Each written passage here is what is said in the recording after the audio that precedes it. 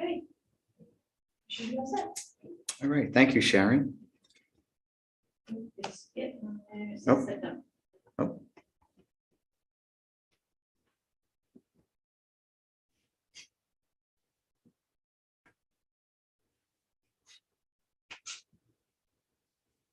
We're all set. Thank you again. Good afternoon, everybody. This is the Waterville Valley Select Board Regular Board Meeting. The date is Wednesday, 25th of May, 2022. I am the chair, Rich Rita, and I see here with me the vice chair, Margaret Turner, and member Bob Freeze. So we have a quorum. I'd like to start today by reflecting upon the events in Texas in which 21 innocents lost their lives to evil and madness, and also to remember their families. And I believe there are still 17 injured. So we just take a moment.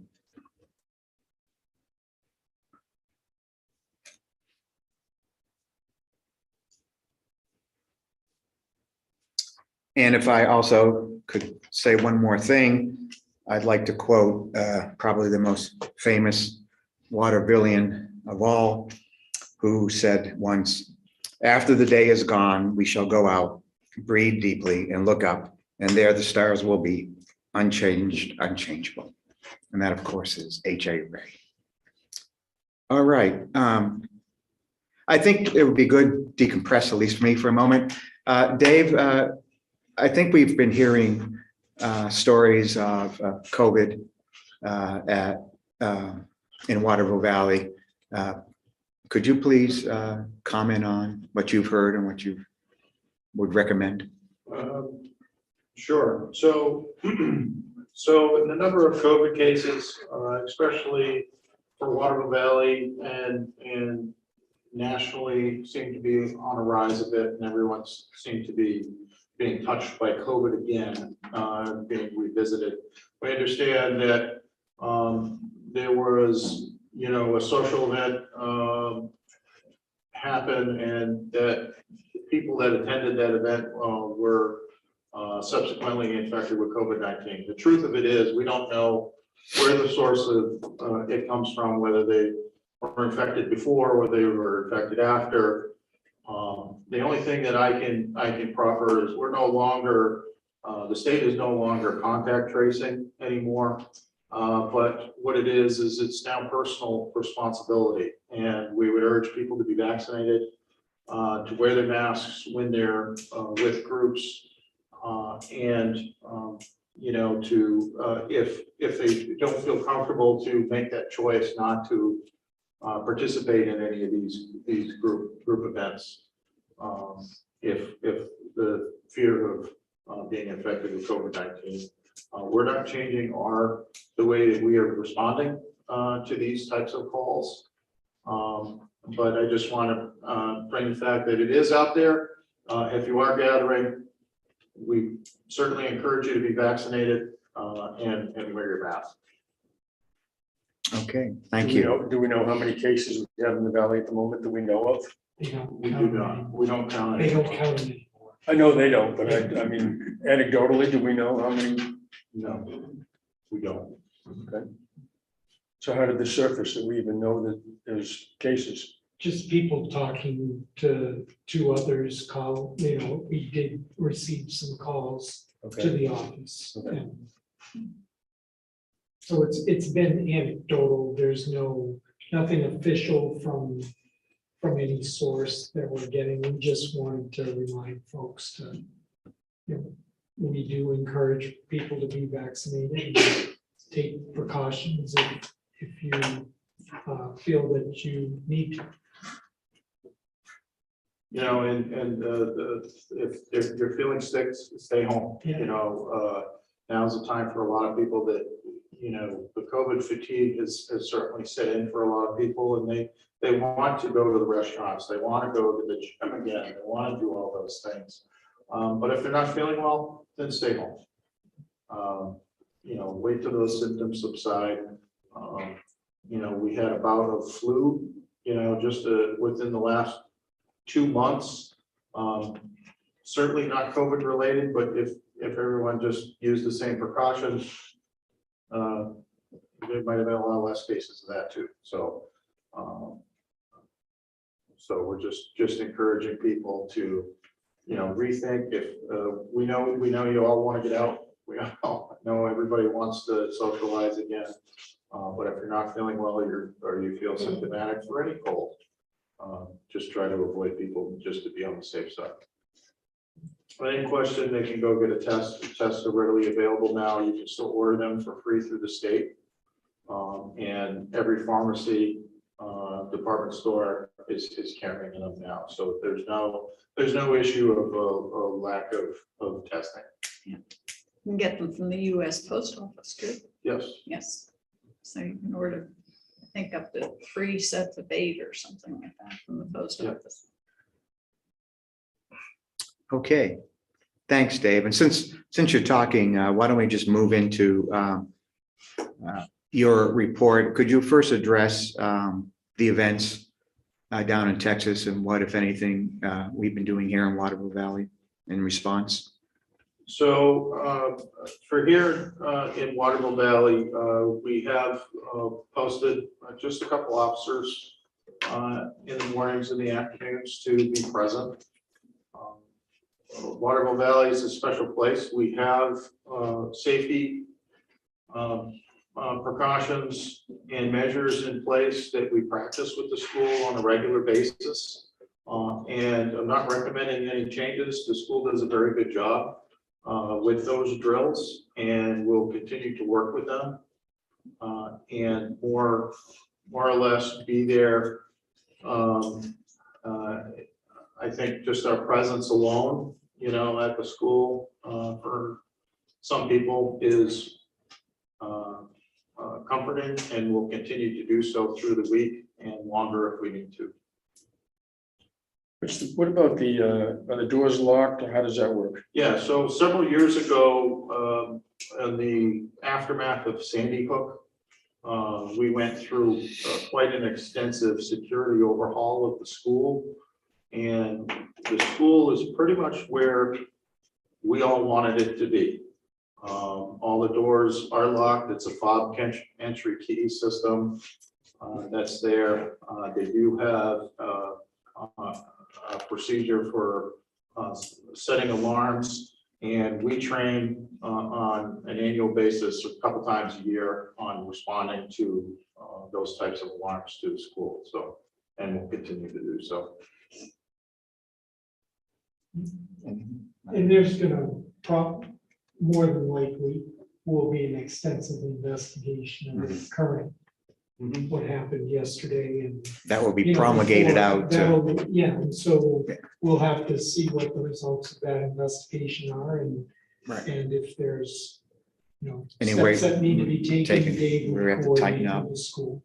Yeah. Yep, we review those every year too. The FBI releases a report every year and gives us a synopsis of all those types of incidents that happen throughout the country. We kind of, they do recommend, best practices, and we look at those and we can adapt those if necessary to our situation. Not every best practice fits what's right for the school, but we'll look at that and we'll work with the school to do so. I know there is every few years, the state recommends to do a security check update through the state of New Hampshire, through Homeland Security. And I believe they have their next one that's due as soon as school gets out right in June. So we'll be participating with that also. I mean, it seems just on some of the things I've heard, there were signs as usual on social media and comments, and previous actions on the part of the shooter that just were not followed up on. So, Everybody says not in my neighborhood. It's something like Not gonna happen in my that. town. Yeah. so the thing is, of course, reporting, and all our lines are up and running, including the special app or the app that we have Yep. for you guys. Okay, we're good. Dave, have we had any more noise complaints? We haven't had any, actually, I take that back. Yes, there was one last Saturday through our app for a noise complaint. We did address that. We did put it out to all the officers to be more vigilant in the morning, listening for the more obvious signs of construction going on.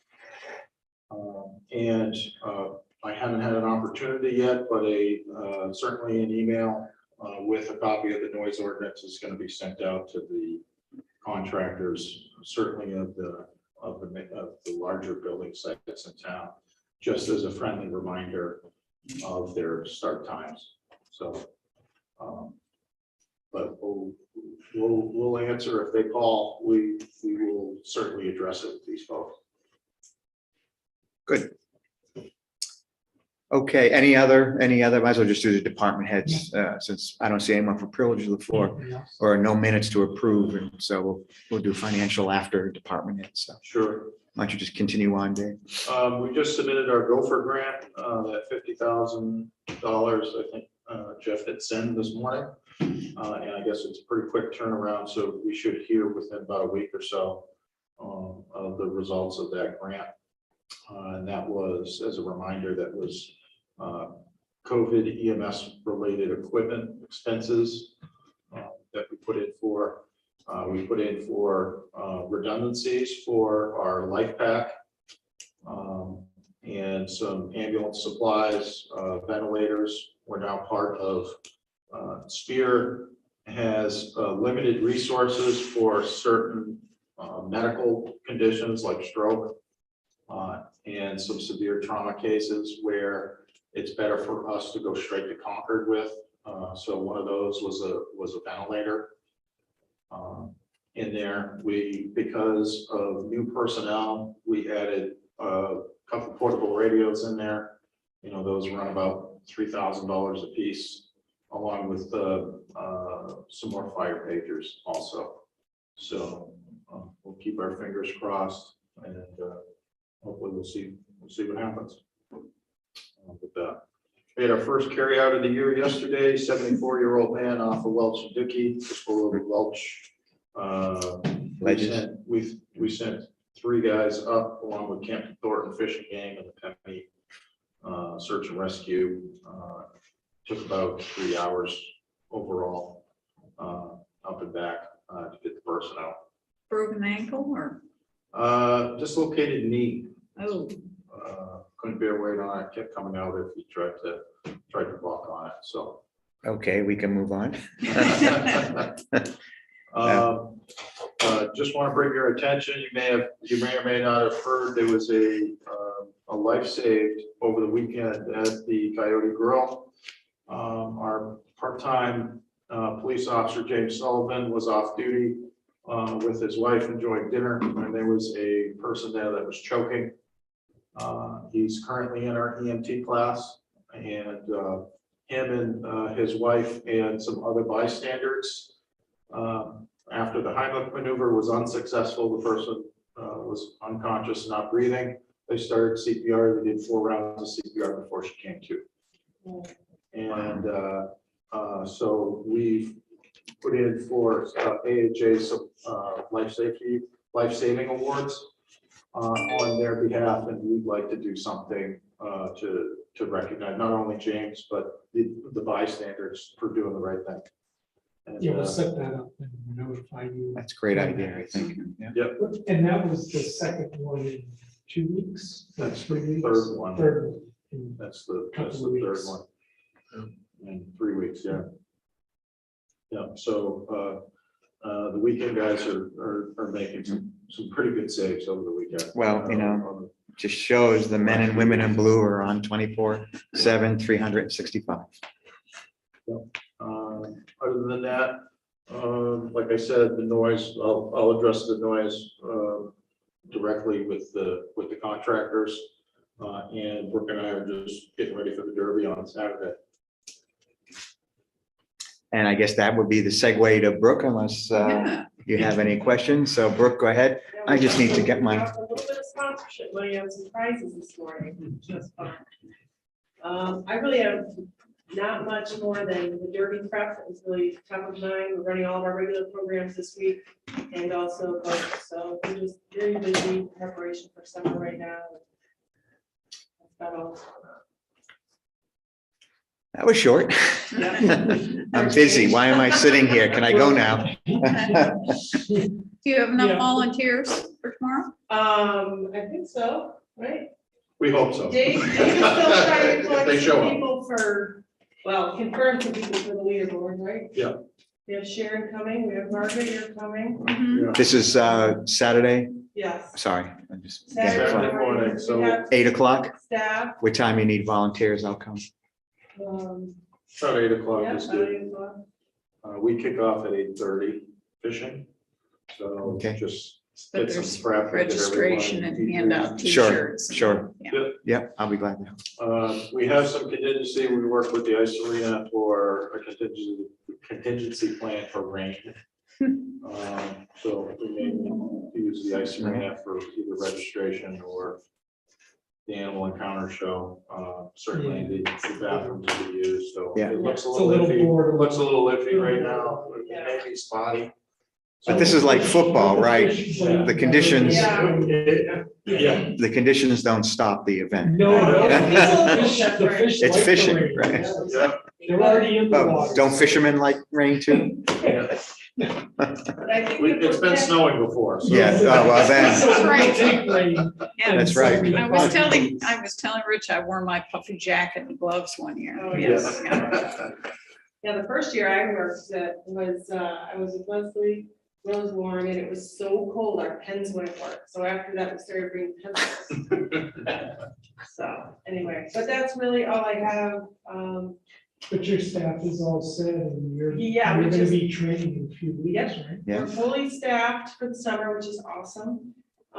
We're doing a lot of paperwork right now, and staff training begins Tuesday, June 21st. We have a lot of, we have a couple of people doing some online trainings, like aquatic safety and playground safety, things like that right now, but the meat of the training starts June 21st. Great. And is it the following week the camps start up? Yep, June 27th. Mhm. Then right into the July 4th festivities. Then it'll calm down, it's just regular summer stuff. Do we have, or do we need to have no lifeguard on duty signs? Is that something that we have? I think it's already, It's on. it's on our main sign down there at the beach. We've had to have that always because, yeah, we don't have lifeguards. Which reminds me, my favorite topic. How about those whiskey barrels looking on the beach? Oh, These those are days. going to be planted on Friday. Thank We're you. Going down to Concord to get some flowers. And then our maintenance person will be planting those on Friday, so they'll be ready for the weekend. Okay. I believe also, if we want to help out the race center, I think they may be selling some flowers here. Not I'm Not the sure. type of, Yeah. not the type of They have, like, flowers we herbs need. and things, herbs and personal. Oh. vegetables. Oh, not flowers. Tomorrow. At- Tomorrow with At the, the gardens. at the The gardens. library too? And then the Huh. library on Saturday. Right. But they're Yeah. herbs and veggies. And Yes. Okay. strawberries maybe, and things like Uh, that. Sunflowers. Sunflowers, tomatoes, Yeah. peppers, basil. Yeah. Useful plants. Useful. Sunflowers especially. Sunflowers especially, Slavocayenne. Okay. Anything else? The bus is fixed. That was a simple fix to the 2005 bus, which I talked about last week. Thank goodness. It was just a linkage issue, so that was good news. That's all I can think of right now. Okay.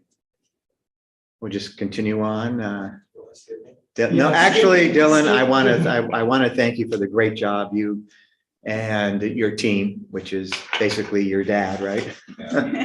Have been doing, especially carrying us through and continuing to have to carry us through these next 4 years as our current wastewater treatment plant deteriorates at apparently seemingly at an accelerating rate. I'm not sure we're going to make it to the finish line, which is going to, We're gonna use a lot of 100-mile-an-hour. whatever it takes. But no, please go ahead. And actually, yes, thanks. You're doing a great job. for everybody out there who doesn't realize the number of work that these guys are doing. So unfortunately, Now he says unfortunately, right? I take it all back. Friday afternoon, right towards the end of the day, when we're shutting down the facility. Of course. Again, we noted that our effluent valve actuator, which is a pneumatic actuator that operates the valve open and close, Mhm. was no longer operating properly. So the way it works essentially is it uses air, open the valve, and uses a big coil spring essentially to close it. This piece of equipment is from 1974. Never been serviced. It's original. 50 Correct. years Yeah, old. almost 50 years old. So this is a probably, if not the biggest, largest magnitude piece of equipment in the facility. It's the second largest. Because what this does is it allows us to operate the facility without anyone being there at night if we have to run, when we run 24 hours a day. What it does is we have an alarm in the facility. It will close the valve instantaneously so that way we don't violate according to. This is the water, the effluent going into the river, Correct. so we have to shut it off That's correct. immediately. And because of this failure, it won't close at all on its own. So with that being said, in order for us to operate, we can only operate when someone's there. So that way we can react to it with literally within minutes. Or else we're gonna have a serious violation if we do have an issue. So you can manually close it? Not all the way. We can only close it 3/4 of the way. So the way the actuator, and again, I've spoken with the manufacturer is Desert. It's a German company, and they don't even have records of this thing ever existing. I do have a manual for it, but because of the way it's built, the spring, it seems like it's either broken, the ram, the pneumatic ram that operates isn't aligned properly. It won't allow it to close all the way. And there's a stem that goes down to a valve that's inside of our chlorine contact chamber. It's always underwater. That's not allowing it to turn. So it's, like I said, it's a very serious part of our facility that's really allowing us to operate the way we have for 50 years. It's giving us a peace of mind that if there's an issue, the valve will close. We don't have to worry about having an issue with leakage. Right now, we don't have that. So we've gone from the ammonia tanks to Yeah. the valve. So oh, go ahead, sorry. So I spoke with the most local dealer and representative of the company, and we're gonna try to see if we can get somebody up here to look at it and see if there's any parts or pieces that we can come across where we can get them, try to get this thing back in operating condition. Because I don't want to have, I really don't want to have someone here 24 hours. Obviously, it's not possible. We can't do that to people. We don't have the staff. I mean, is the alternative shutting it down when nobody's Right. here? So right? what happens, what we do right now is we shut it down, which shuts the flow off, and we know the flow going out to the river is within permit. Right. According to what our analyzers are showing us. So it's no big deal when we shut down, that the valve isn't closed all the way. Big deal is when we get towards breakpoint chlorination, that's where it gets to be our concern. Because of the levels of chlorine there. So, And because you're wasting more, oh yeah, right? Yeah, You're wasting well, all the time. because, well, that's why we have to run it more often, because of the other parts of the facility that are breaking, it's adding flow to the lagoon spat at a double the rate out of that top slush-holding pond. Remember a while back, we had that. Then we had to redirect into the second Right. lagoon. Right. So because of that, on top of our elevated daily flows, we have more run time. So I'm trying to come up with a way to make sure that we don't get buried way far behind and have the lagoons get out of control in terms of what the level. Biological. And because if we get too much water, we can only process so much. If we have a significant rainstorm with 3-4 inches in July, typical July. Right. Whether it be a hurricane or whatever, we'll be in trouble if we don't keep up on top of this. So we're doing our best to try to see just any means or methods to try to fix this before we go down the road, because the rep from Reserve told me they're 33 weeks out. For a replacement. Right. And it's not a direct replacement either. This is gonna be a brand new piece of equipment that, May or may not. yeah, they're gonna have to make modifications and fabrications to make it work. And it's, of course, in a area on the facility, it's buried all the way in the back behind our cargo vessels. It's not gonna be replaced, so. And it may be electric and not pneumatic, right? Yeah, and that's part of the other thing, is because in 1974, pneumatic was really a top technology. Air pressure was easy, it was cheap. They've stepped away from that. The problem with that is because pneumatic is instant air pressure, open and close. You can close the valve instantaneously. With electric, it's going to be a motor that's going to open slowly and close slowly. So we're going to try to see if it does have to be electric, if there's no other way around it. We're going to have to see if there's a way to put a larger motor on it and speed it up, that, shorten the time travel of open and close, so that we can still, utilize the plant that we always have. If there's an issue, without violating. But there's no issue with us in the meantime manually closing the valve and knowing that it's only 3/4 closed. Correct, because when we're shutting down the facility, there's no longer any flow going out. Mhm. So whenever it goes out, it's just straight in the chlorine contact chamber that's already, water's been treated, and we know it's within the parameters because it's gone through the process just as everything else has. It's when we're, like I said, running 24 hours a day, which has typically been 2 or 3 days a week for the last couple of years.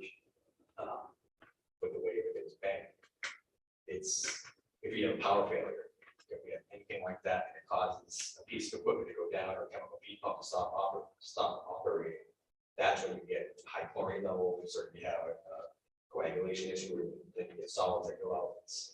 So this has been our saving grace for a long time. So essentially, when we're running 24 hours a day, we don't necessarily have somebody in here Correct. 24 hours a day. We're counting on the alarms. And normally the alarms would automatically shut this valve. Correct. Yeah.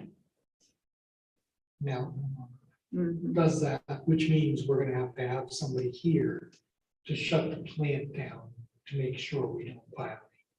Mhm. Right. Do we have any way of predicting when this is going to happen? Like, does it happen certain number of hours into a cycle? Or? No, it's really, like I said, this time of the year, outside of breakpoint chlorination, the plant operates smoothly. There's no real issues. It's the original few days of the chemistry, because essentially we're just mixing a bunch of chemicals together. When we do breakpoint chlorination, it's getting everything evened out. That's when we had issues. And essentially what we have done in the past is, we do have an issue with the effluent valve would close. We just redirect the flow. We have a large sump in the middle of our facility that redirects it to the headworks, which sends it back up to the lagoon. So we've been able to. Reroute it back until you can deal with the issue. Yeah. Whereas now, if something happens but no one's there, there's no one there to do anything. Nothing protects us, so. So if you had someone there during the breakpoint chlorination, Correct. would that be a 24-hour So coverage type of thing, or? what I'm trying to figure out is a way to have extended days of runtime without having to worry about that, because again, there's only 2 of us that can Mhm. really operate the facility. I don't want to burn either of us out or have one of us get sick and then it's just one of us left. Right. So I'm trying to just do some calculations on flow we put out of the facility and come up with a way to look at, well, if we put X amount out a week, factor in some rain and some projected flows off the previous data, will we be in okay shape? So still working on that, but unfortunately, it's. Okay. So what I'm hearing, I'm sorry, Bob, did you have any? What I'm hearing, I guess, if I'm understanding correctly, are four different related things. One is a new part which may need to be modified is 33 weeks out at best. You are researching or looking into, this is the second thing, is there a possibility of affecting some type of repair, replacement, what you can find around here, if I can put it, or something before 33 weeks around here isn't right. The third thing is, this may require going to a 24/7 schedule, personnel schedule, and we only have 2 people. So I think we'll need to, There will be periods where it's And that- 24 hours a day, right, but what we're looking at right now is how to maximize time. right. That was my at fourth the thing, plant, right? So that you could shut so that down we could shut down potentially. But the potentially, problem that we're right. having, right, Ellen, is even midweek flows that used to be 40,000 gallons a day or whatever are now bumping up over 100,000 gallons a day. Which, when you put rain and everything else on top of it, we're operating more. right, And so all of that time that we were operating overnight now and not have anyone there, now will have to be manned. And Right. what is that schedule gonna look like? You know, how many 12-hour days or 18-hour days can Right. we get away with or whatever, right? Correct, and to Mark's point, the problem with the dailies of influence company is that it matches essentially what we put out in an 8-hour time frame. Right, So when the weekend comes, it's really almost You're getting 2 2 days, days because you behind. all of the rest of Friday, Saturday, Sunday, and then half of Monday. right. So we're essentially gonna get 3 days behind if we just ran 8 hours a day and couldn't run overnight. So That's not, obviously, that's in not, those overnight periods where we were having the person have the computer controls at home or whatever, or let the plant do it itself. We now we'll physically Right. have to have somebody there. okay, So that's gonna be additional cost, obviously, to do that, but it's also the strain on the staff. What did we do in our budget for manpower? We have $20,000 in there for a part-time or additional man hours. But it's gotta be a qualified person. There are other issues that we'd like to talk to you about later. okay, all right, so, yeah, unfortunately. more to come then, we'll discuss this. And on the more fortunate side, we're getting much closer to solidifying our money removal system. Right, We're just having, me and Steve had a discussion yesterday. We sent back some of our concerns, there's questions for engineering firm, just to make sure, look over everything before we get in contact with managed rentals to make this reserve- fixed, right, Yeah, and reserve the equipment that. we- great. So, Did you have a question? Just one more, if I may. The period of time that we're looking at this and potentially having another person is how long? Is it just going to be during a period of time where we have to do it's going to be until we get a new part, remanufactured part? Okay, Maybe even longer. thank you. It depends, it depends on Right. what about the part. I mean, it is a 50-year-old part they don't make anymore. Right, It's if we can find a solution that allows us to right, have the same assurance that we've had up until this point, where that valve or a valve is going to close very quickly. so that we time of year don't doesn't have- matter, The time of because we year could have a really doesn't matter. power outage or something and, or another failure somewhere in the system. We used to have the dips, right, where we could turn. the Turn it plant off. Right, For sometimes weeks at a time. There was times back in the mid-90s, early 2000s. weeks, really. Yeah. 6 weeks out of the 6 7 weeks. weeks out of the 52 year. Yeah, we would be Yeah. shut down off. It was just collecting in And the it was just collecting in the lagoons. lagoons and, And that's because the daily flow was 35, There's 40,000 basically nothing. gallons, basically nothing coming into the plant. And now those days, they don't happen anymore. Okay, Now that average daily is up around 100. And this stuff is all kind of snowballing, and every time a part breaks, it just kind of adds to the issue. So all right, we'll So we continue to will- work on it and brief you as soon as we can. okay. With that, Also on the wastewater treatment plant, this is not Dylan's, this is Mark's thing. We have completed the pre-application for the big project, for the application for the Clean Water State Revolving Fund. This is due during the month of June and is a placeholder for us to do a full application before the end of the year. This would be the money that we would be asking, have the warrant article in 2023 for. So we have prepared that utilizing the $35 million construction estimate that we talked about last week. There is a formula that modifies that number within the application form, so it adds in contingency, it adds in engineering costs, et cetera.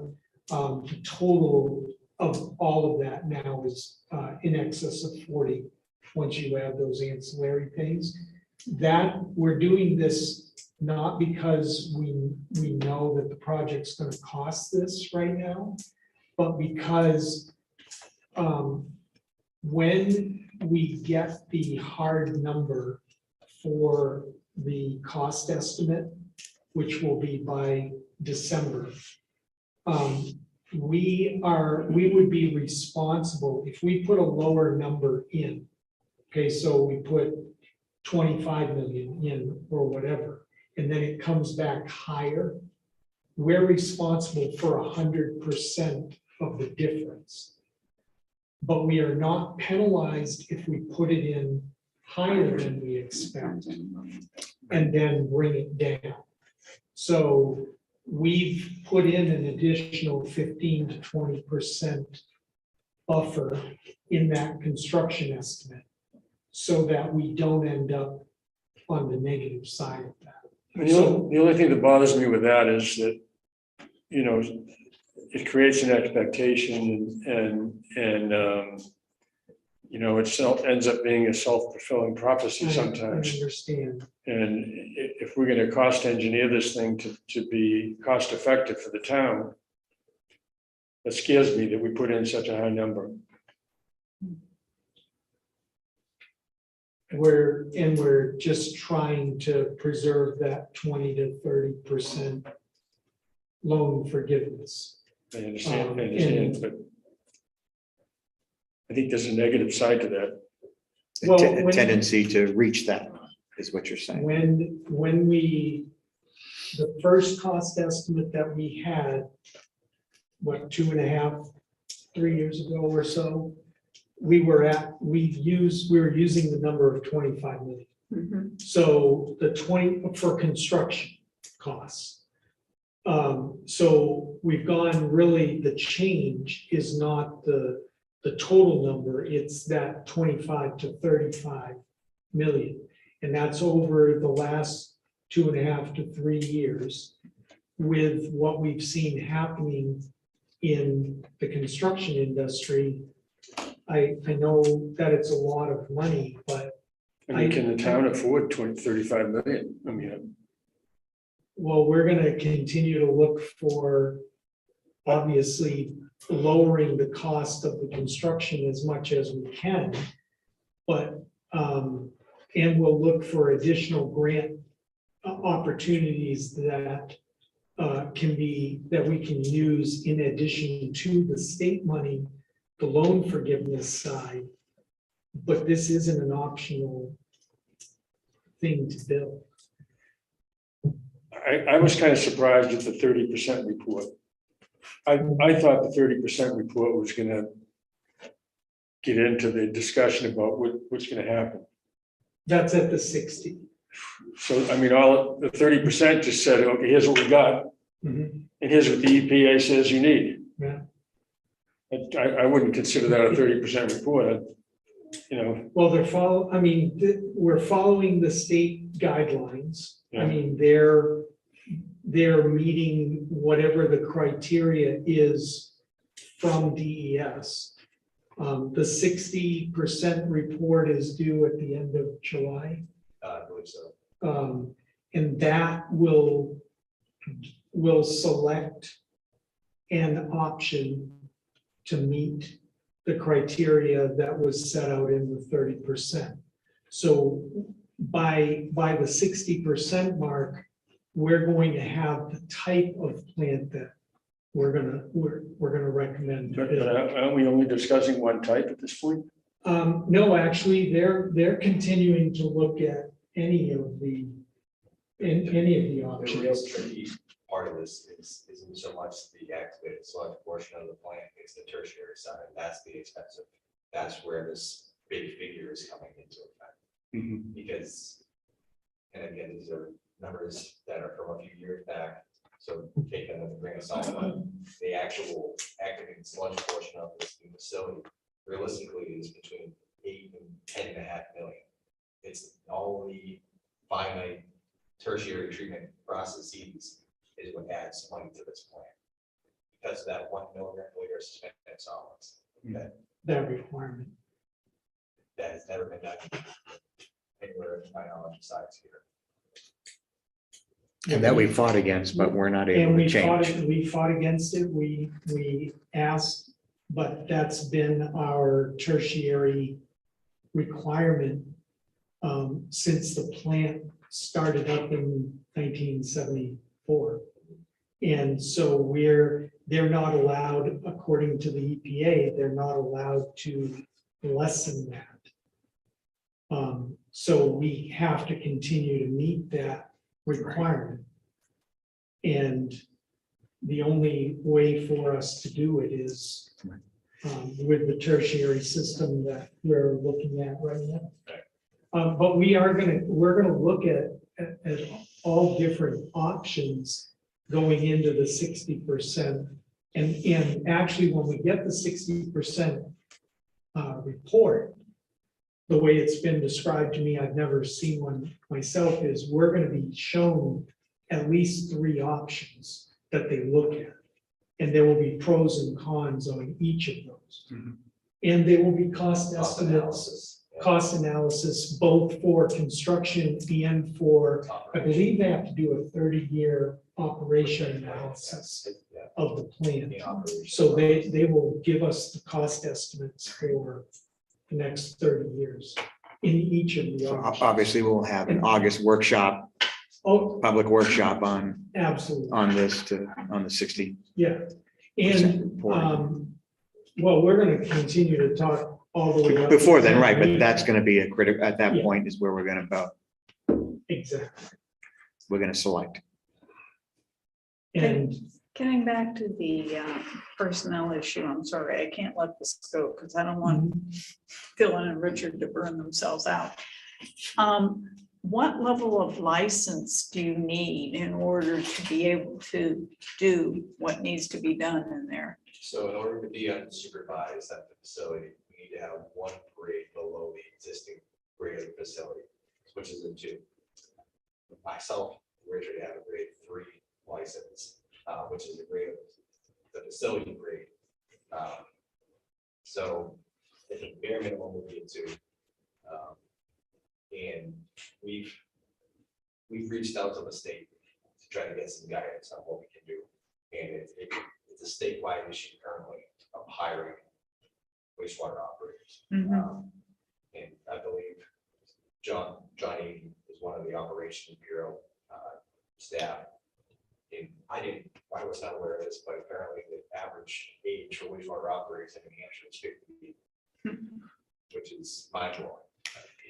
And if the person is supervised, though, if they're, does supervised mean that you have to be physically present when that person is performing? You couldn't do video or something do it online or any, You have to be actually physically be in the facility, unfortunately. So as, like I said, anything 2 and above would be fine.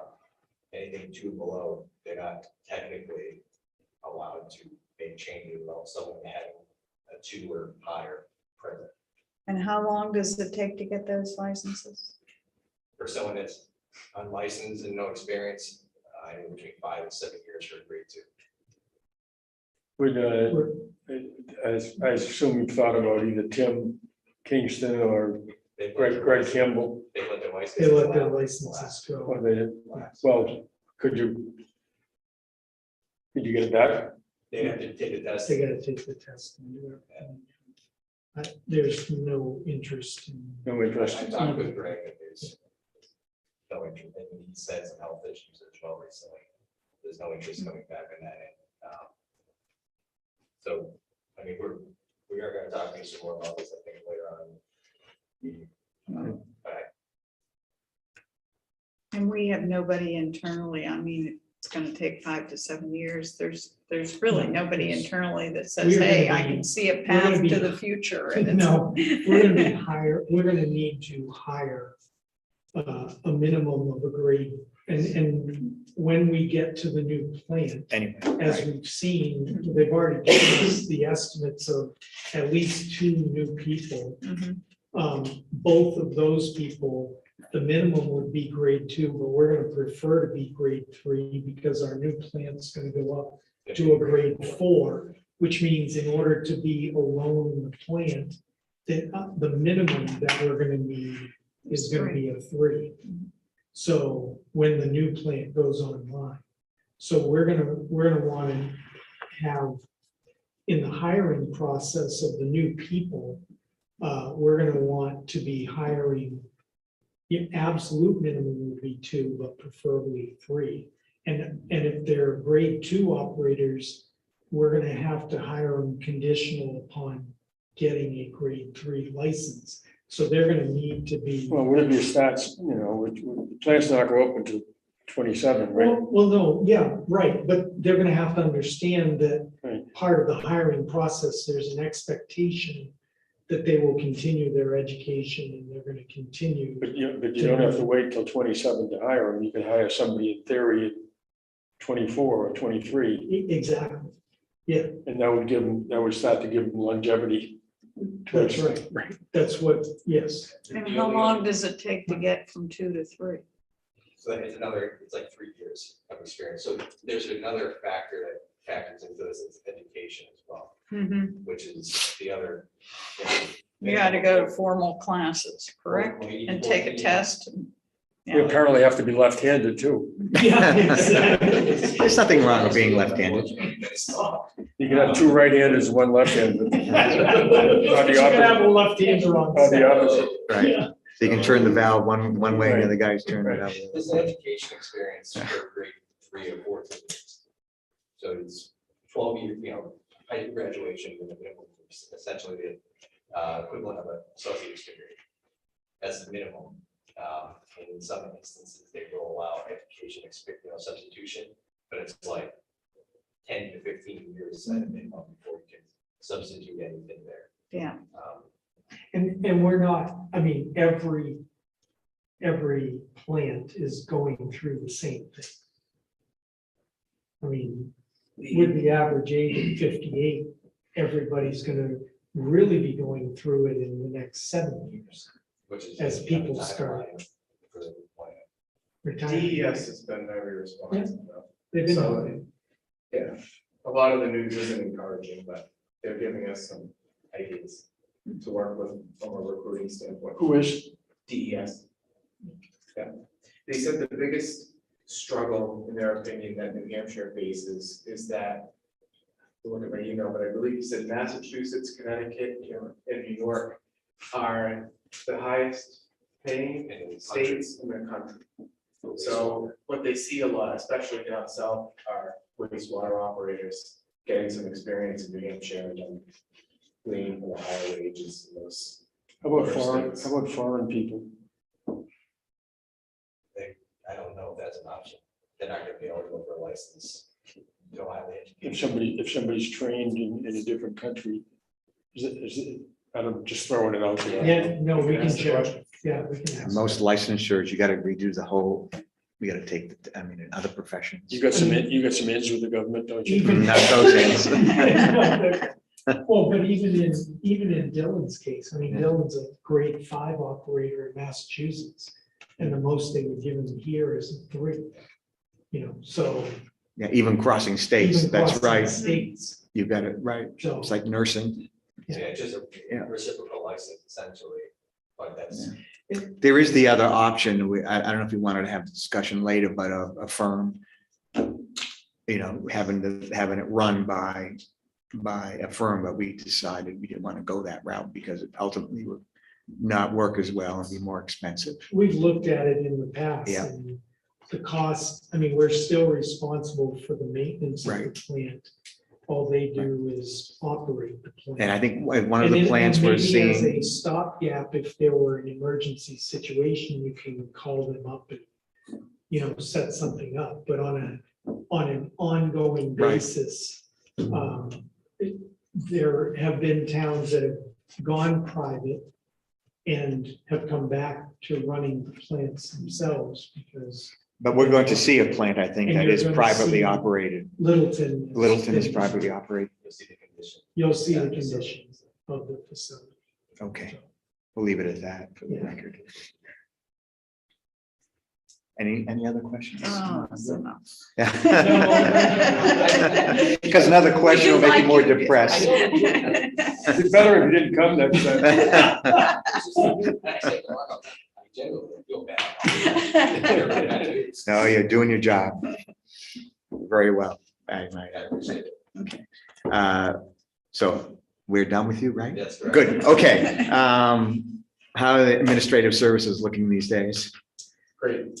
Yeah, we're in very good shape. We're- Sure, you're now comparing yourself to, you know, right? No, you know, I've been in the role now for 6 months or so, and I've accomplished, quite a few things that you know, and Mark had ironed out in terms of goals for the department, specifically getting us in a little more of a, electronic kind of a workflow when it comes to accounting. So we've taken our accounts payable process and taken the paper out of it.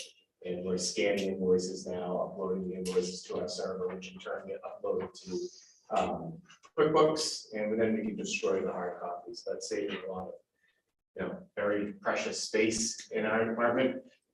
So happy to report that process is underway. I attended a conference that was held by Primex, which is our insurance carrier, about a week and a half ago.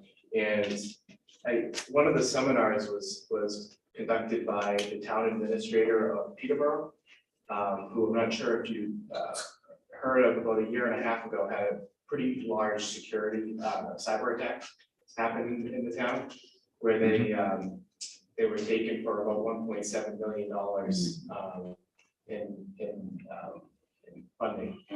What happened was it was a security breach. Hackers identified a username and password credentials into one of their town employees' Microsoft accounts. They monitored email traffic for what they estimated a period of 3 to 6 months. Learned about some of their financial controls in terms of how they make changes to ACH funding, ACH transactions. The hackers created a fictitious, bank account and basically mimicked the email address of a contractor that they were working with in town on a bridge project. And they, pretended to be the vice president of that contracting company to change their ACH method to a different account, a fraudulent account. Took about 30 to 45 days for them to discover it because the contractor called after 30 days. Where's my money? Said, yeah, where's my money? By that time, from what I learned, these hackers basically have taken the funds and they split them up over multiple bank accounts into $10,000 increments. So that $500,000 that gets taken out is almost instantaneously dispersed. Long story short, it was very informative. I was able to get connected with a member of CISA, which is the Cybersecurity and Infrastructure Security Agency in New Hampshire, who I had a great call with this week. He's going to be doing an assessment of our town operations for free of charge. We'll be scheduling a time in early July for that to happen. He's also going to help me through the .gov transition process, which we brought up a while ago. That I put on hold for a little bit because I was not feeling as though our current managed services provider that we use for IT services was a strong enough partner to get me through this process successfully. But this gentleman, Rick Rossi, said he's done it many, many times before, and I've got a good level of comfortability with him to make that .gov transition happen. So through the assessment, you know, they also provide free vulnerability scanning for the town. They will provide free phishing tests for us as well, training materials that we can educate town employees on. They're going to take a walk over to Dylan's World and look at the wastewater treatment plant and the water department and how we're set up there to make sure from a cybersecurity standpoint we're in good shape. So I'm really looking forward to that, to tighten up some of our controls around our IT infrastructure, and to have partners who they seem genuinely, you know, interested in getting us prepared for an attack. They're also going to be helping me create an incident response plan. So what happens if we do see that odd email come through our email server? And what do we do with that? And how do we handle it? So,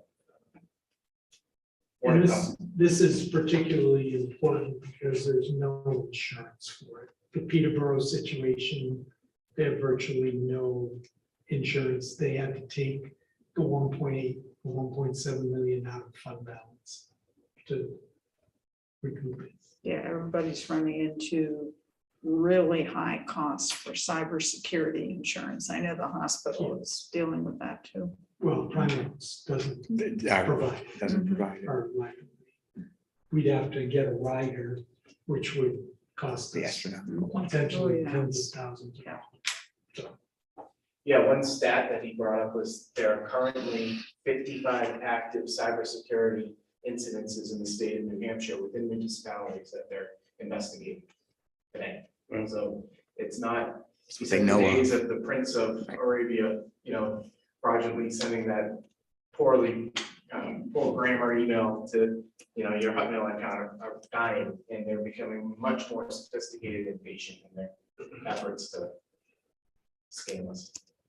Water departments and wastewater departments are also unfortunately being targeted. Sure, Number one. Yeah, number one. Sure. So, you know. sure, especially for ransom. We've got to. Ransomware. Is right. ransom the normal thing, or is it actually taking money out of your account, or both? Both, they're seeing everything. Well- They didn't indicate that there's one Right. certain trend. They're attacking it from all different sources. And they will mess with our controls, and so chemicals will get added or Right. not added. I mean, it could be malicious, but it could also be holding it Exactly, ransom or the computer system itself. right. So it's everything, all the above. So we'll continue to watch it. And then, you know, from a financial standpoint, Richard. Yep. Dive into that update. Revenues are trending as expected. Expenses are not so much, but the increases are in the expected lines. I think, you know, utilities and fuel are, you know, primarily the accounts that we're seeing overspent or, you know, trending to become overspent. The electricity line and the wastewater treatment plant is of concern, given the run times that we're experiencing right now. We're almost at 50% spent of that budget as of May 25th. You don't have a report. Yeah, I don't think we got a because report. of last week, but we'll get you one. I'll give you an interim one probably next Wednesday. That'll be 2 weeks. Yeah, Okay. We can send that to you by email. yeah, not much fluctuation since the last week's. All right, we'll look at it. And then also in Dylan's department, he wanted to bring to attention the laboratory services line. Where, you know, he's indicated that our method of wet testing, which is the whole effluent toxicity testing, being reverted to a previous method, which is requiring some retesting that costs a minimum of $3,600 per retest upon failure. So if you want to elaborate a little bit, we're 53% spent in the line right now. That has a budget of $16,000. We're at 8,500, but you're expecting to see potentially some more fail. So just historically speaking, based on our data and Margaret and Richard, you may recall this, in 2021, the PA gave us a allowance to use as synthetic lab water to coincide with the wet testing. So we're going to have to improve the unstable. And what that would produce is failures. And it's a financial burden on us. That's the reason, the main reason why we have the EPA said this is, well, with our new permit, they would not break that allowance into the new permit. We have to reapply for it. So until that allowance is implemented into our new existing permit, we have to do our wet test on the old method, which if you fail, even if it's the river, it doesn't have to be our effluent. If the river fails, you can do a retest, and then if it fails again, you have to retest again. So potentially one test could be almost $10,000 because of them referring us back to this previous method. I asked and pleaded with the permit writer to include this in our permit because it's a serious financial burden. You know, I don't know, as mentioned, our budgeted line is $16,000. Quarters test could only spend the whole line based on failures. Well, And we will fail. We failed once, right? But that was the river, and that was under the previous method. We didn't have to. Oh, retest. okay, good. But So we didn't because- have to. Because of this, because of the instability in the river, it could potentially cause us to have to retest once, if not twice. So you're testing the water in the river And the F below the discharge Prior to. or prior to? above. And what they do is essentially, Bob, they look at the water quality and see how well fish and and other bugs survive in river water versus their effluent. They just want to make sure that what we're putting into the river is not toxic. That the whole effluent toxicity testing. And if the bugs don't survive, or if the fish don't reproduce or survive, even in the river, they fail. It's a failure. It's a. And You have nothing to- unfortunately, yeah. the Mad River's too clean. Yeah. And it I got about kills. 30 goldfish in my pond at home that I'd like to get rid of some. If that helps. Derby Saturday. The new fish are going in tomorrow. You see some gold ones in there. We'll have a special prize. If he gets a gold one. Just don't tell my wife I'm talking. So the solution to this is. Well, we're gonna reapply for the, Right, for the variance. Right. But until then, we could potentially 1 or 2 quarters Have to deal with this. have to deal with the retesting. It's. and there's no relief, I mean, There's not no even, relief. not And We've even, asked for the, The saving grace that we had in the past was we had a whole toxicity, Mark, you can refer to this blind girl, I can't recall the exact name, but we had a toxicity, essentially relief fund. that we Right. had through the We- town. in order to get rid of the fluctuations Right. in the cost, we created a capital reserve, Because but we used it. So, yeah, it's been going on, this isn't anything new to Water Valley, it's been, that river's been unstable for decades, you know. But you just said it was too clean and that was a problem. But in a way, yeah, because it doesn't hold any nutrients, there's no nutrients in the river, it's essentially just mountain water runoff. So there's nothing, you know. the fish die, the daphne die, Yeah, there's nothing for them to eat. nothing for them. but it's not because of our plan. But it's not because of our effort. It's But the still, river we have to that's test in any event. We sample actually out at the West Branch Bridge where it crosses Matt. Before it even. And we, no relief from our Other than legislative getting them to. representatives. I Well, mean, if they were to deny our request to use the alternative method. Right. then we could start to seek a potentially a political I'm going- solution. Can you use the alternative method and ask for forgiveness? No. No. Then it's a non-compliance. Then it's another. Yeah. it's a legal- I'm going to reach out to the original person, the contact I have that helped us through this whole thing, because the person that I spoke with, off the top of my head, I can't recall her name. But she looked at all of the evidence that I provided her that this has been going on for decades, and EPA never would allow us to change our method. She was blown away by it. And she immediately jumped on it. And it still took 3 or 4 months to get it put through, but she got right on it. So I'm gonna try to get in touch with her again. And this was re-implemented as of April 1, our new permit. So. We went back to the old. Okay. So that was our detour once again into the world of wastewater management, and it's, I use the word murky. Another word No, comes to actually, mind. not Too very clean. well. Anything else in administrative Yeah, just services? one update on the post office.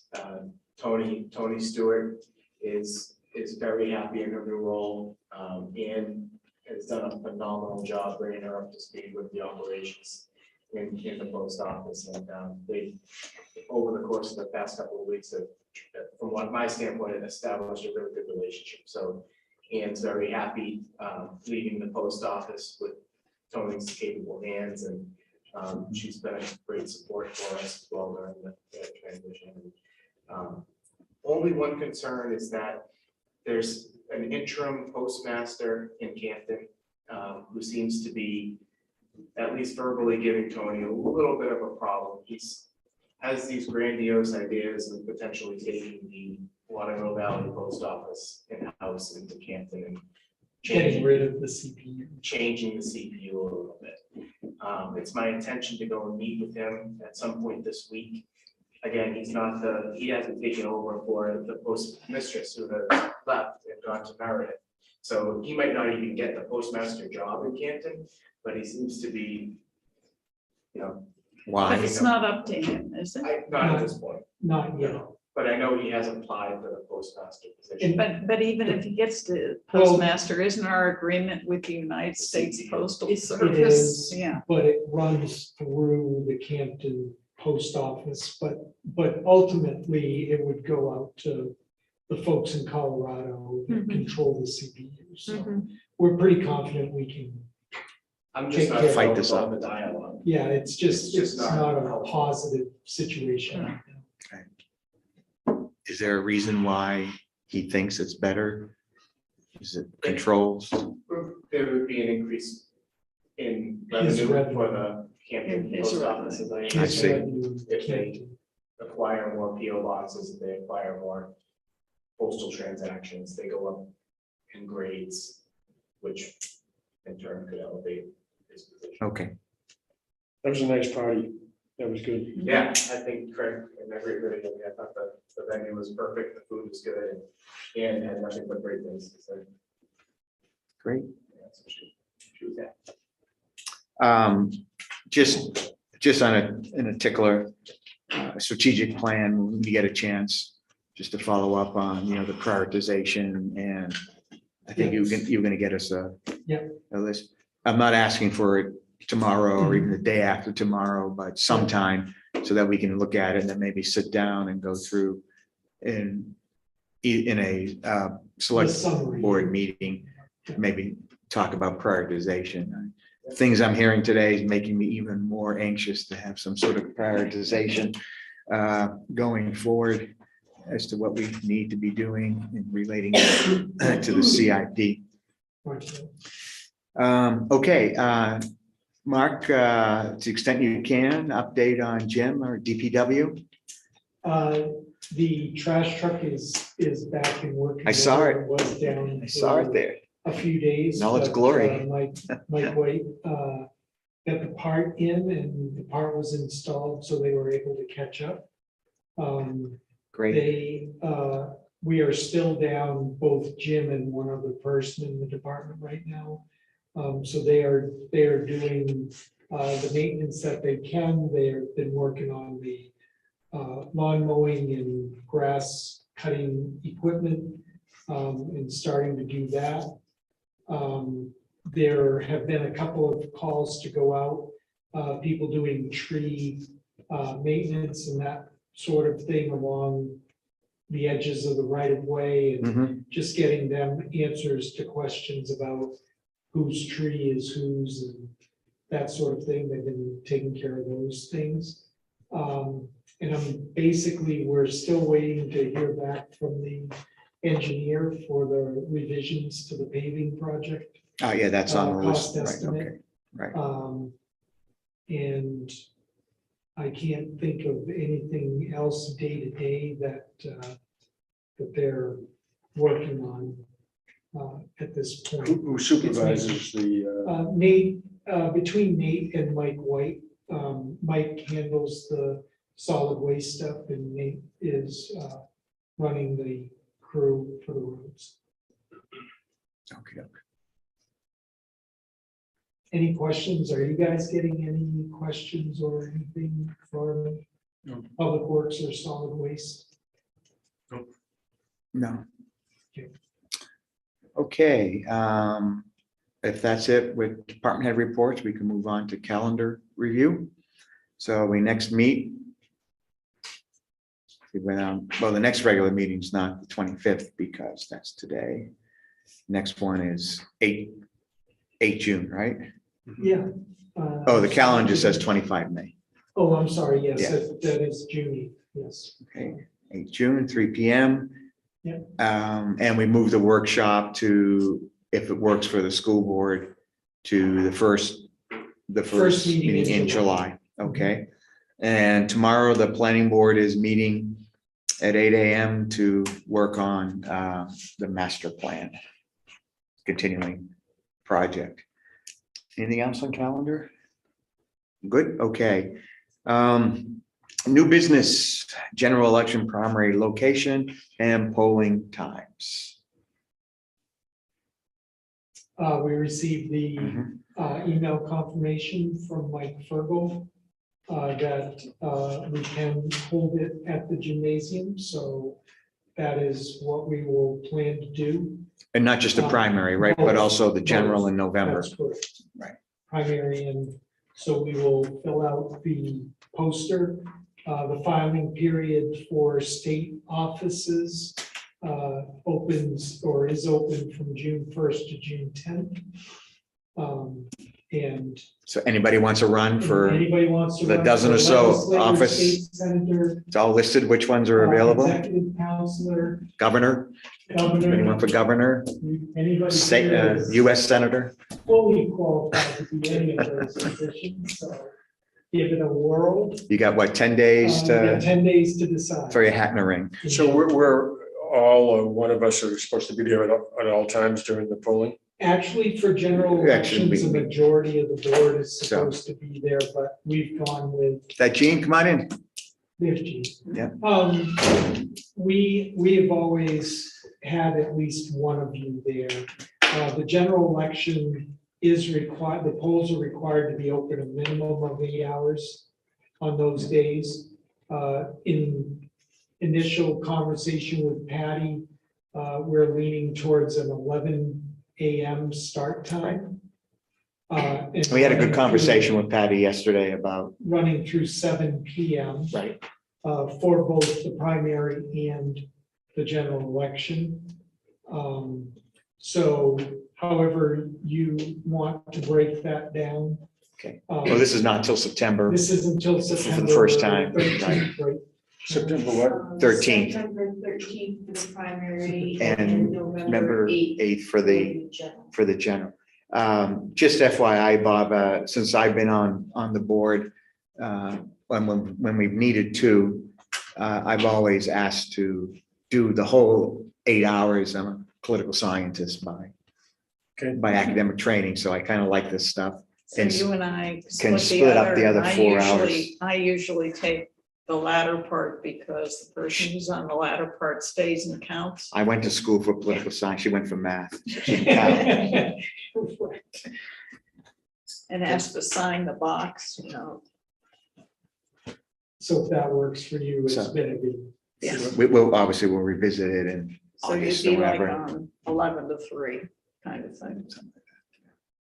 Okay, and Jean, I see you here. We just happened to be talking about, or you timed it perfectly. You're listening in somewhere, but we're talking about the primary and the general It'll be at the school. at the school. Is there anything you like, any comment? Yeah, No, I didn't hear the earlier discussion. Is this about where it's going to be? No, it's gonna be at the gym. it's gonna be at the school gym. At the school. Yeah, No. Both times. Mike Fergal confirmed that we could use the school. Is the conference center going to be ready by then?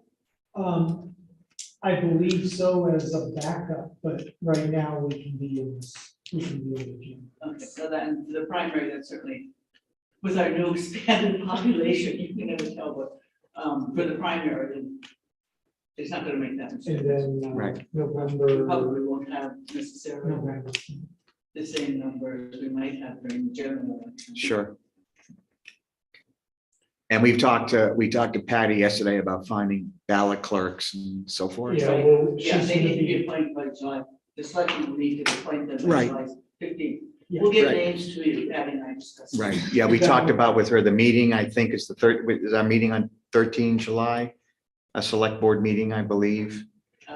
Third week in July will be late. When do you so. No, 13th of July, I The believe. 13th, and that 13th of meets July. the. That, criteria. we were It's gotta talking be about done by the that 15th. The 15th. So we had talked to Patty about getting us the names by the 13th Yeah. of July. She and I discussed this. Okay, so we're good and all We're that? on top of that. Excellent. Well, of course, I have no doubt at all.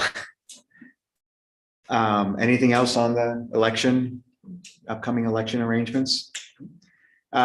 Gina, was there anything else you came to listen No, to I and was talk? just- Actually, I stopped them just to see where the town meeting place was. Perfect timing. The ZBA will be meeting pretty soon. Oh, the ZBA is meeting soon? They have an application that they'll be dealing with.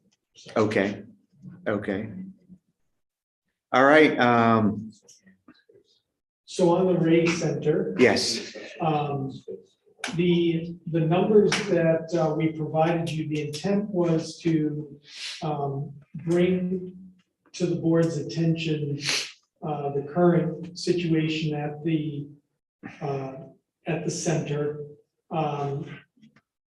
There's a list of the activities and things that the center is providing, their current programming, which ranges from the preschool to stargazing to running the community gardens, all of the things that are listed on the third page there. Leah. It's quite a list. come in and there, yeah, for just Leah, and the Mhm. teachers at the preschool, there are still volunteers involved, and these are small groups, the Mhm. literary discussion group might be 6 or 8 people or whatever, but people are still helping out, and the programs are still running. And Leah is getting pulled in several directions because she is filling in, working at the preschool. She'll work during the summer camp programs and things like that, while trying to still coordinate everything as well for the organization. She works extensively with Brooke. The Ray Center is trying to make their programs, the summer camp programs, especially complementary to what the rec department is providing, so taking care of the younger children. And then with the preschool, they're trying to make sure that the preschool programs prepare children to be able to move into kindergarten. So she's working with Lindsay, and Right. so far that's been a good relationship. Just to digress Yeah. briefly, I mean, this gets to the larger, I think this, at some point, we want to talk about a coordinated Yeah. school, race Yeah. center, rec department At some point. body that can maximize all of this. Yeah, absolutely. Yeah. But I guess the point is, But we're talking, right, we're trying to maintain right. all of this programming. But as you can see from the finances, you know, if it weren't for the town's 25,000, and even with the town's 25,000, we're not making ends meet. Right. We have had a fund balance that we used some last year, and as you can see from the report, we're gonna basically run that dry by the end of this year. Unless we get a lot more in the way of donations and I mean, right now, the town's, support. it's 75% of That's the right. budget for this year. That's right. So it's not sustainable. It's not And it's not making, sustainable. and it's not making. it, This right? is gonna be a problem in 23 because the fund balance is gonna get It'll be to the gone. point where we won't be able to sustain the program. Right. So it isn't that we were looking for a solution today. We wanna make you aware of where the numbers are. We want to start to think about and have further conversations about what basically the town has been subsidizing the center for $25,000 since we made the change from it being a town operation to the nonprofit. We have not modified that. We have had a variable amount of money for the capital maintenance of the cottage, which last year was an additional $10,000. But as far as the operating, Right. and, you know, I'm sure you're all aware that this is not unique to the Ray Center as far as nonprofit support. It's a problem for everybody. And we just need to strategize how to. How How to much keep it is going if you left in want. the Fidelity account? I don't know, I'd have to ask Alan. I don't know the exact amount. But But we've we're- been drawing down on that. We've been to cover drawing, well, things. basically, we've been using the usable amount from that. We still have to, we have the non-expendable side of it. Mhm. But that would go away. You know, I don't know what would happen to that if the organization ceased to exist. Yeah. I mean- But we're using the interest. And basically, for several years, we didn't have to use the interest, so it built up. And it gave us a reserve, and that's what we've been dipping into to do the rest of the funding. the Right. shortfall. So is the Ray Center strategizing a solution? As a board, we're trying to get some additional fundraisers going, but nothing, everything is very small scale. You know, a couple, $3,000 from this event or, you know, that event. There's no membership that you really can draw on to do a capital program drive annually like we have in the past, where maybe you had, what, Margaret, 100 people, 80 people, or whatever that were making a set donation for the year. That doesn't exist. I mean, it looks like What we're 9,000. It looks like 9,000 this year is your Yeah. projection out of, Yeah. and we're providing 25 And for a you're- total of and That's right. 34,000.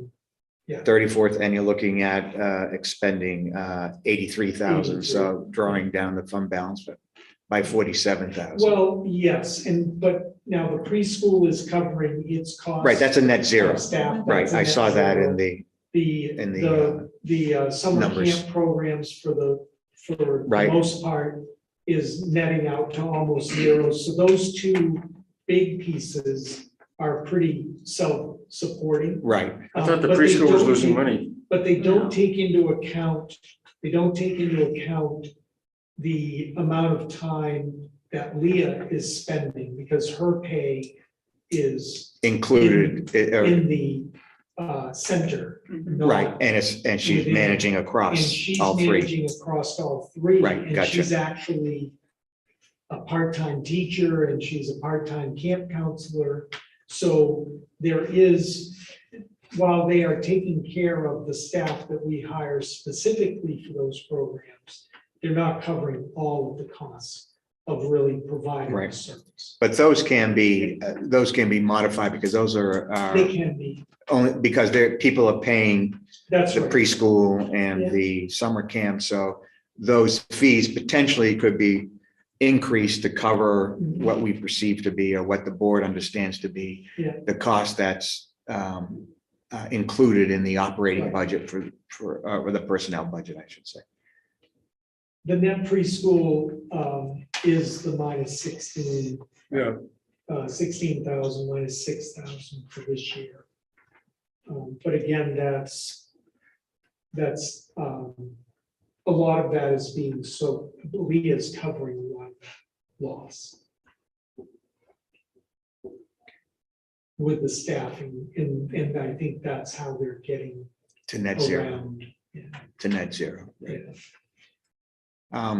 It sounds like there's a strong need to move forward with thinking about how to do this and sitting down, and because push comes to shove, I'm seeing the town as one solution, potentially one solution to help out for next year. But that's going to Well, and require. The board is, Right. we're trying to figure out who do you go to reinstitute the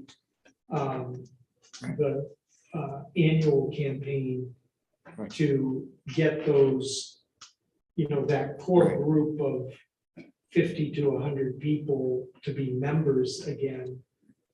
We lost all of that. well, Yeah, We and were- I mean, when we were it's- starting to lose it before COVID, but COVID did it totally in. Right. When we started being all remote, and some of the programming is still remote. People don't pay memberships to do that now. They kind of just are. Well, you lose connectivity with Yeah, you're not exactly. there. and- Well, Yeah. They all used of to that. have, a large event. Yep, and a large event. But they don't have the staff to have a large event. but did that make money? That It event? did, It it did? did, probably between 10 and 12 is what I Yeah. would think it made. But we had 3 people on staff or 4 people on Right. staff at the time that could handle that. When we used to do the Curious Cottage Festival, the Cottage Festival, that was extremely popular, but it didn't make any money for them. Yeah. And so, without getting really a community level of support, a group of people that were coming in like they do for the Waterville Foundation or that kind of thing, coming in every year and giving that money, they've had to cut back, they had to move out of town square, Got rid of the vehicles. Yeah. Got rid of programming that we were doing Yeah, out of the valley, which provided. It was us a with vicious income. downward spiral. yeah, Yeah, it is. it And, is. and so now they're trying to run the organization with basically one One person and Right. 2 teachers who were in the preschool. Right. And it's untenable unless they can find, again, that cadre of people within the valley who will, supply the $10, $15, $20,000 a year that they Right. used to supply. And that's gonna be hard. That's all I can say. I mean, people love the programs. The people that attend the programs love the programs. But it's a very small segment of Waterville Valley that does that kind of participation. And I worry about the impact on those 2 big programs if Mhm. we don't have, The other, an executive director. I don't know what happens to those 2 programs. Right. And those are very, I mean, And those those are. are extremely 6 well or attended 8 and they make, Or 10 children. Right. money or In- break even and that's they provide a real service in the community that is appreciated. Yeah. So, And so one of the things that we've talked about is going to the PTO and, because those are major users of those programs, those are the same families that are utilizing our preschool and the preschool day camp programs and just letting them know about the problem as well. So basically, you're But several months away Mhm. from Yeah, not having, We did not want to just walk in November or December and go, say, we have no "We money. need 20,000 more. Right, and it's still 3 months later before we have our next town meeting, so. I mean, there's already people that think that the 25,000. It's too much. And Well, and the maintenance of the building or. Yeah, no, I understand that completely. Is this call for I mean, one of the things that runs across my mind is that if there could be a group composed of Ray, Recreation, School, and perhaps a select board member. Perhaps a select board member.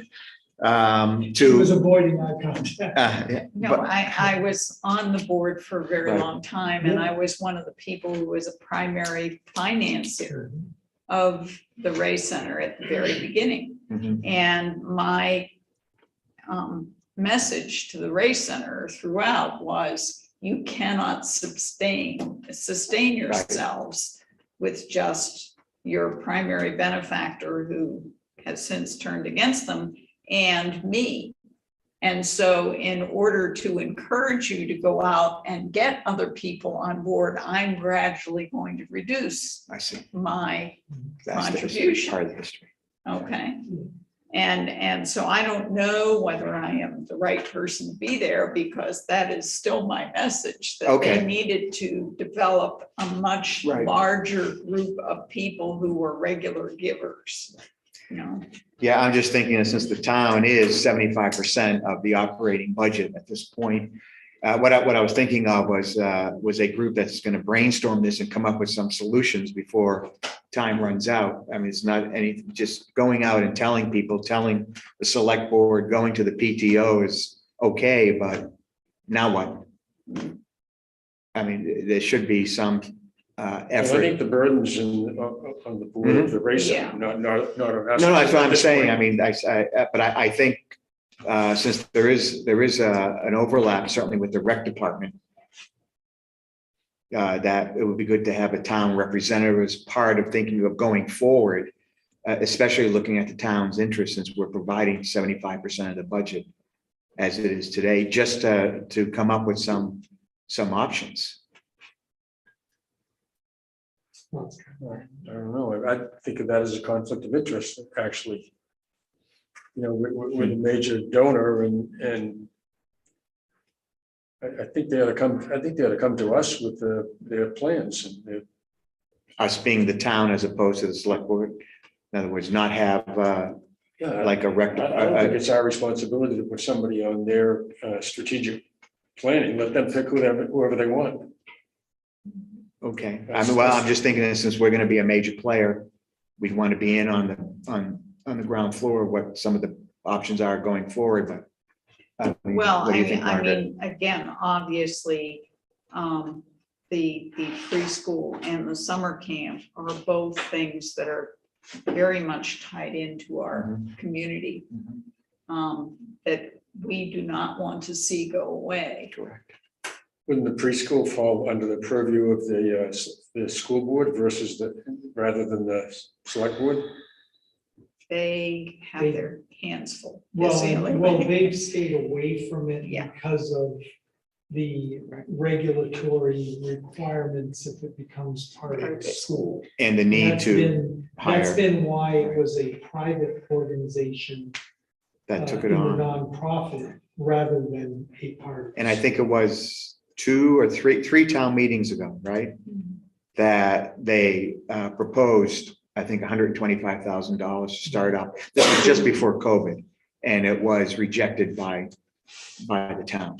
Thank God, preschool. because they wouldn't have had the room for the 63 They- kids. That's right. And now they're already bulging Yeah. at the seams. So, And under the regulations right, that they would have to follow, the cottage where it's currently being held would not meet the requirements of what the school would have to do. So I think keeping it private if we can is really the only way I see that going forward. right. Oh, Now, who knows, whether or maybe not- maybe the parents who came forward originally want to have their own organization to manage both preschool and the summer camp. So what do you think about participating in any sort of strategizing from a town's perspective? I don't mean you personally, I mean someone like from the rec department. Or do you want to think about I it? think, yeah, I do want to think about it, Okay. because I think Bob has Yeah, raised Yeah, raised so a that's good what I'm just, point. I'm playing it all out. that it's a private organization and how much we get involved Right, in that. right. And just playing on your point that it You already provides Yeah, services. we already are involved. It provides because our town services manager to, is yes, on the the town, board. right, but that would be I think that would be starting to trend into a conflict of interest most directly. But I mean, you made the very valuable point that the Ray Center provides important services to the town, To the citizens. to the yes. citizens of the town. The preschool and the summer camp probably being the ones that are most highly recognized by the people who Sure. have kids in that age. Sure, You know, Yeah, many of the other things could Right. potentially be rec clubs or, yeah. you know, whatever. And some were They part of could the be rec part- department, right? I mean, The back whole in, thing was part of. The whole or thing was part of in the rec past. So, department. well, this is what I'm thinking about in terms I mean, of those- institutional well, knowledge you and also- going I mean, forward. You have the smaller things like the community gardens, you Mm-hmm. have, you know, there are 3 different events for the New Hampshire Music Festival that are being coordinated by Leah. Right. There's, you know, there are other things beyond stargazing and that kind of really small program. There's kind of that middle piece that's in addition to the preschool and Right, daycare that touch quite a few people in Okay. town. Mhm. But again, it's But just. they don't they open their don't- pocketbooks they don't and open say, their let me give pocketbooks and that's- $500 or Right. $1,000 to sustain Okay. this. Yeah. all right, well, it seems to me then, we can just table this discussion for now, or just leave the discussion here for now. And you can go back and discuss With the coordination, I'll talk to Lee. And, yeah, let us know what you think about going forward, and if you think having someone from the town would be useful to be part of that strategizing, and then we as a board can decide whether or not we want to. And don't forget the Right, chairman of yeah. the board is also the town manager. Right, yeah, So, I mean. So we're already involved. I mean, to that extent. It's not like we're, And that was supposed to be an interim position Yeah. until they had somebody else. yeah, I think And, that, and of course, Okay. nobody from their board has stepped forward to say, I'm ready. Yeah. okay, so we'll just move on from at this Yeah. point then. Okay. Okay. Shuttle bus system agreement. We are paying the 4 months to catch up. And then we'll make the payment following week for month number 5. I verbally have told Tim about your decision last week. I need to follow up with he wanted a written email summary of the decision. And then he wants to talk to Tom and I about it going forward. But that check is in this week. But going forward, I see I see the email from And then Katie. from Katie. Well, I did ask him about that because that 4629 number surprised me, quite frankly. And he said it's because that was the amount through the end of April. And then his expectation would have been that the amount would go up to the 49 number from 1 May on. I did tell him that your decision was 4629 until we got the reconciliation at the end of the year. So that discussion to be continued, he wants Yes. that in writing, Yes, basically. Okay, but we are agreeing to pay the 4629, since that was what we were agreeing to pay anyway. Yes. As presented to us by Katie Smith. well. They've asked for his 4629. position was- That's right, but that was Right. for those first 4 months of the year. Right, I get it. Okay. Yeah. So we will do that. Yeah. All right. I'm sorry, school sign, oh, I say I went out of order. Sorry about that. School sign update. The only thing that has happened since that letter that was in the packet is that I reached out again to Jason over at the facilities, SU 48. And I said, is there anything else you need from us? And he felt like, no, that's enough information. He's working with the Lincoln Sign Company, which is where I think the other signs are made, right? Mark? No, we actually, the big sign was made in Vermont, but the other signs that we have around town, yes. I think- So they're gonna complete, signs gonna Old complete. ones or the new ones? I mean, has Lincoln Signs done one of the new Not one of the new versions. Okay, I so I need to make sure he knows that. Yeah. But he said he's going to get those proofs, he's gonna send it over to me to take a look at it, and because Mike Fergal was really pushing to have that at the next meeting. I think their next meeting is Well, you the, were there. at the meeting. yeah, at the meeting, and we talked about it, and we directed them to the town core study group in the study and Right. making the sign. Yeah, Wendy, you mean, you saw what Wendy said? You saw She what just- Wendy said. Yes, and I saw what Wendy said. Yeah. Right. Said, yeah, go with. Right, Wendy. but- Yeah, and so their next meeting is June 16th, so they should have what He'll they have need Something ready, yeah, he'll definitely. have by something then. ready So by we then. fulfilled our part of the, Yes, until he said he is Right. gonna send it back to me to take a look at it once they. all right, just to check it, make sure. I just wanna make sure, because now that I think about it, all the signs that were done by Lincoln were the old style. Yeah. So I just wanna make sure, so what's the company that we went to for the new ones? Sparky Potter, Yeah. What is it? Sparky Potter in Waitsfield.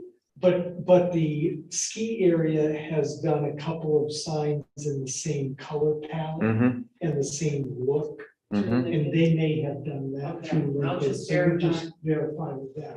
right. If Lincoln Sign can produce it, they'll be less expensive definitely than Sparky. Right. And we're gonna have our little recreation board There part will of be a that, recreation board. recreation on it. center, I So should the say, other right? part of this Right, department, question excuse me. is going forward, do you need a sign permit application from the school board? And do you want to, I think Go they through were the whole told no, process. right? Didn't Well, I you- thought it was no, primarily because with the recreation part of it, department on there, Yeah. it's a municipal project and, I just did not have the nods or the shaking of the head from the three of you. So right, if you're okay with that. Yeah. I'm certainly okay. That's the way we've handled it in the past. right.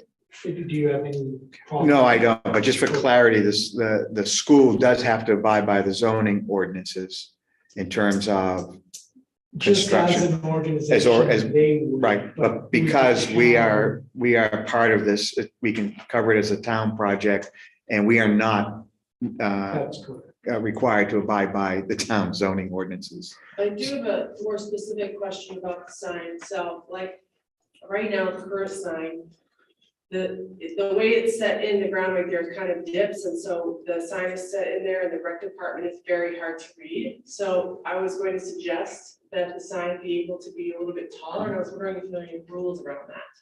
So Well, that you can see there the is rec in department piece. in zoning, but that's exactly what I'm saying, that those can be waived because it's a town project. Okay. I mean, we Really don't hard to want, see. we don't want the Sitco sign. No, no, no, but just, I mean, I'm just talking about maybe Right. another foot. Well, I think your Yeah, review, That- I You think- can't see the rec department. I think back. our willingness to waive it is depending upon your and Mark's Okay. Recommendation. looking at it and Okay. determining that it's good. Okay, Yeah, but another foot or Right, foot and a half. is, Yeah, that's right. what I was- Yeah, so this way they don't have to bother with the permit or the planning board Okay. if they don't, if- Yep. yeah, unless they want to. No, they don't. I'll leave it at that. Okay, that's good, right, guys? Okay. Dave will keep us straight. Yeah. Well, that's right. That's right. He's not gonna let anything get by him. Won't be sponsored by Budweiser. Curs. Maybe direct them to the race center. David Britton sign. That was just a FYI, Yeah. so that everybody Yeah, yeah. knew that I it think was it was there great. and what it said. Yeah. I don't have a fine. problem with what he put on it. Yeah, I saw it. I went out and looked at it. Yeah. It's, And this was purely informational and to Yep. make sure that there weren't. Yeah, yeah. considerations No, I mean, that you wanted. it's his property. He can put a sign on his property and you can't see it unless you're on his property. So, and I Okay. think it gave some great information. Yes, it actually does. Alrighty, so we're zipped down to 8C, which is update water and sewer. I think, did we do the sewer project already? Or we got more? Way, did we? I'm sorry. We didn't do old business, eh? I think, I thought my project. road project you covered, we're still waiting I for, mean, we're still waiting. I don't have any written. Okay. right, but that's gonna be a big deal, hopefully for the next, So, Rich, but the, okay. there was a guy, Rich, Update water and sewer, Rich. project status. Have we finished with the sewer? Yeah. I think so. Sewer is the wastewater treatment facility, right? The only, even the water side, we haven't heard anything, Mark, in regards to a follow-up meeting with the contractor. No, not yet. We're still Right. waiting for a response from him. Thank you so much. Right, but they've done the minor work, the electrical work, A little and bit, yeah. a little bit, so we're just waiting for them to, but everything's still set to go. And we're trying to get a Zoom meeting with them so that we can get a schedule, an actual written schedule of when they plan to be here in town. I just, Okay. again, don't want us to be October 17th. and Right. The snow starts and they show up to start digging. Right. Yeah, that would not be good. No. All righty, any questions or comments on that? I'm sorry, I was over there, but is that on the road project? No, we had discussed that earlier. We're still waiting to hear back on the Okay. road project but we were talking about the water project okay. status. You good on it? No? Yep. Okay. Are you all set with public safety and rec? I think so. Yeah. Good. Yeah, you guys good? Yeah.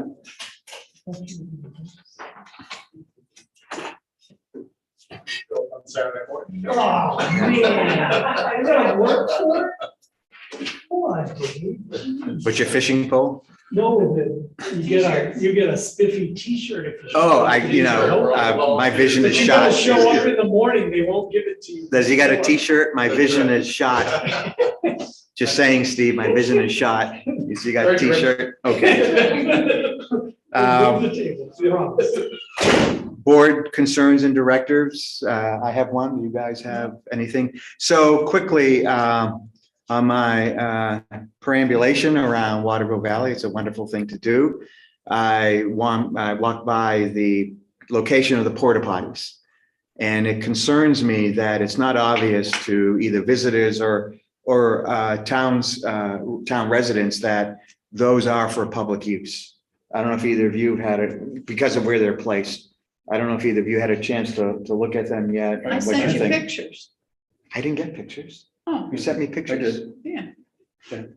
You gotta tell me which one of your multiple emails. I read them all. Well, I'll tell you most of them. Okay. No, after our last meeting, I sent pictures. Oh, okay. I I'm went out, sorry. took pictures and took them. Okay, Yeah, but yeah. go ahead, please. Is it what? Well, I do think, to Brooke's point at the meeting, that there needs to be something that says. Some public sign. Toilets, these are public potties, these this way, or something like Yeah, that. I think So signage. You I just think- want directional I think sign. some kind of sign, because you can't really see them. Yeah. And but probably also, it could be just a 8x11 sheet of paper. Yeah, that's the one, see, they're back in that corner. Yeah, you way back in there. I think the other place you could put them is next to their record, the trampoline building. They didn't want them in the parking lot. That's why But who's why the they ended they? up there. Who's the they? The people who were letting us put the porta BBTS. It was BBTS. See, this is Yeah. what's not clear to me Yeah. still, to be honest. Yes, when Yeah. Anne Marie, when Brooke, I'm sorry. I understood that. But I'm sorry, I should have recognized, I was gonna bring this up. I when Anne apologize. Marie, She was there when they cited it, That's right, but all our discussions prior to that have been with Tori. Tori's representation, the way I recalled it, was that they were gonna go out somewhere in the parking. I thought the lot, parking lot, right? probably closer to Cascade Ridge. Yes, Mhm. So that we got the hikers that were going. and that's what was in my mind. Well, she probably got Tom Gross whispering in her ear though about tennis players. Well, and I understand the tennis center is trying to reach an agreement. Yes. I think this was raised at If, the when the. Resort tennis- Association when the meeting. Tennis players saw them, they're trying to work out an arrangement with the BBTS to be able Well, to use. okay. Oh, really? They didn't like them? Okay, well, then maybe that gives us more of a reason. I mean, the town's funding them I think that's completely. definitely more of a reason to move it out. I mean, the town is funding them completely. And BBTS is providing us free of charge a place to put them.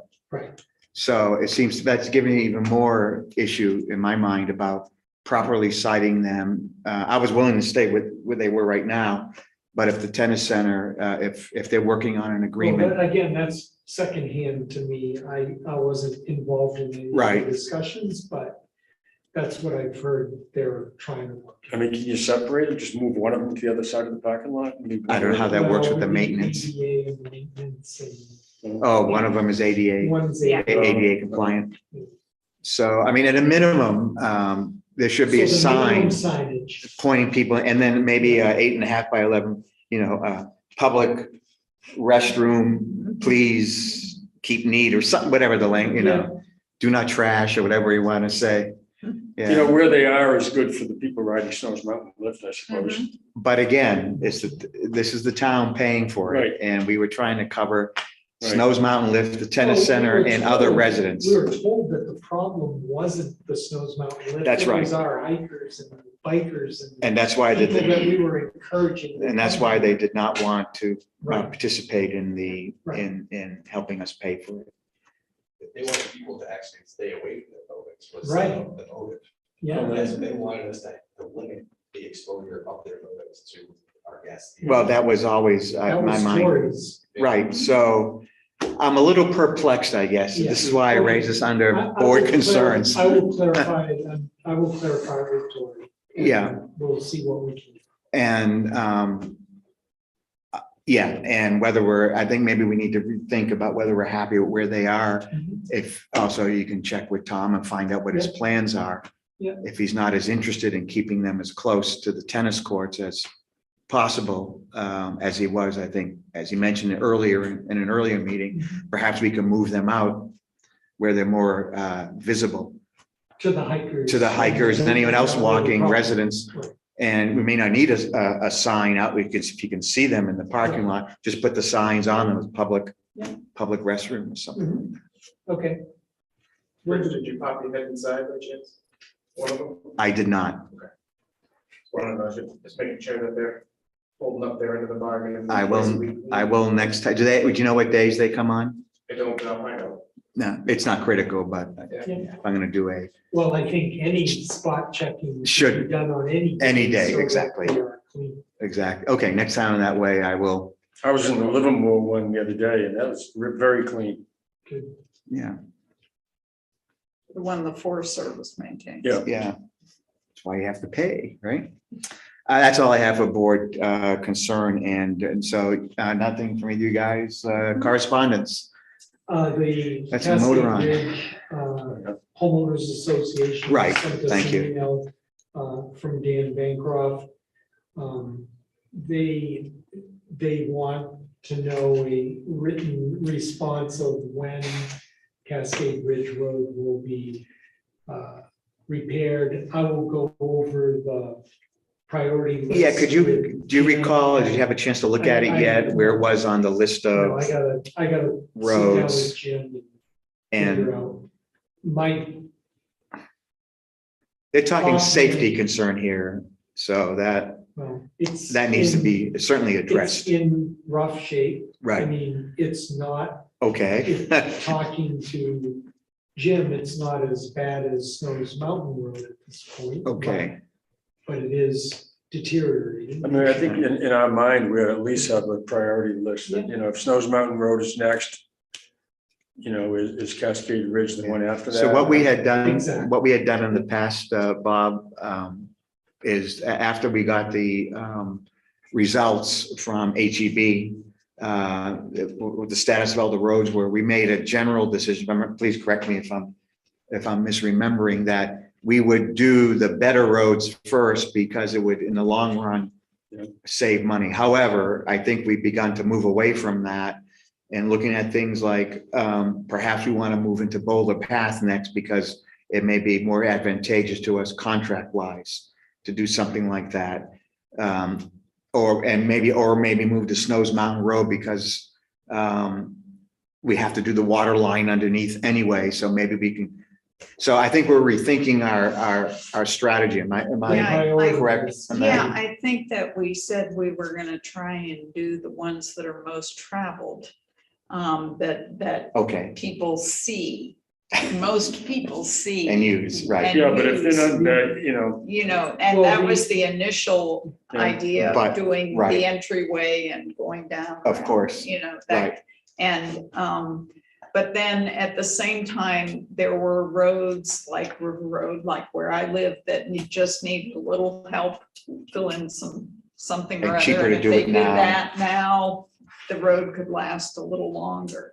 And that was the general thing that we Right. were trying to do, was to get some of the major places where tourists are coming in. Right, and then the Fixed. the quick ones we can get out of the way, and that would leave the Snows Mountain and the Yeah, that would Cascade be- Ridges. Yeah, yeah, I'm just not sure you ever get to the bad ones if you keep doing that strategy. Just, well, I mean, the only thing we'll Yeah. have left after this part is complete is the part that goes 49 over to the big sign, right?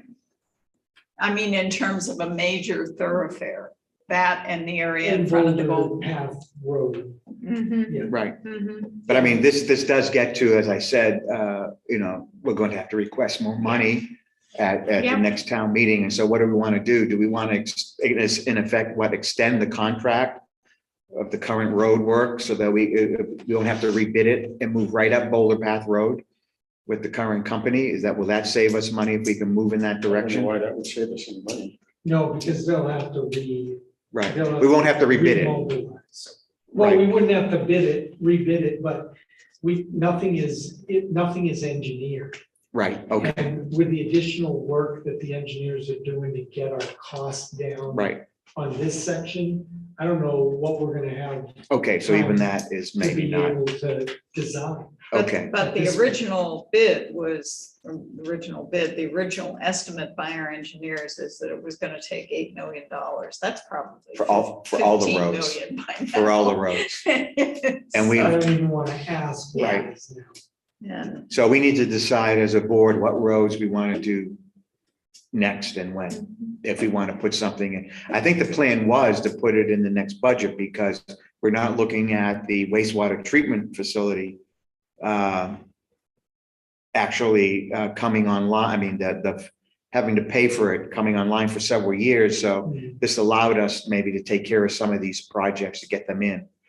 And not add that as a burden to the taxpayer starting in 26, 27. I think we ought to take a look at the priority list that the engineers did, and then. That's where you look at it. At some Absolutely. point, you need to get back to them, Cascade Ridge people, and give them at Right. least some Where kind of, they are. in- some kind of and an that's- answer. That's what I was gonna answer. That's Right. how I was gonna answer it.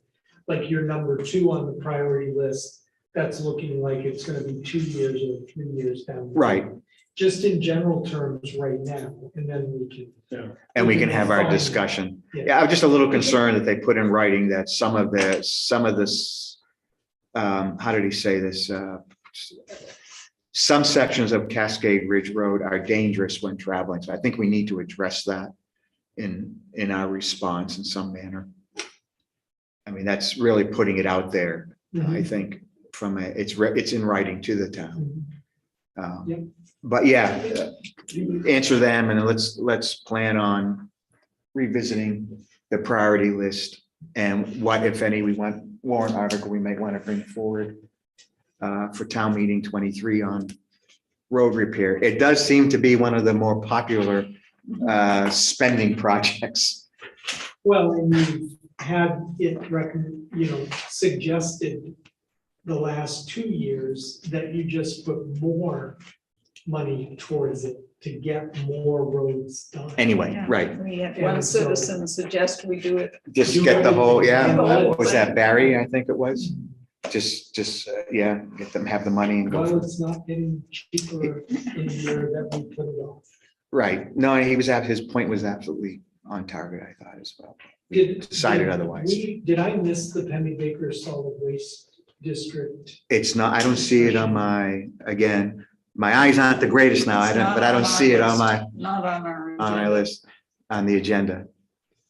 Do you want to handle that Okay, now? I don't know, I'm sorry, yeah, so it was supposed to be under road project update, sorry about that, I must have deleted it for some reason, but. Because it is in our packet, You right? have it Yes, in right your there. packet. Right. Did you get a chance to look at those numbers? Yes.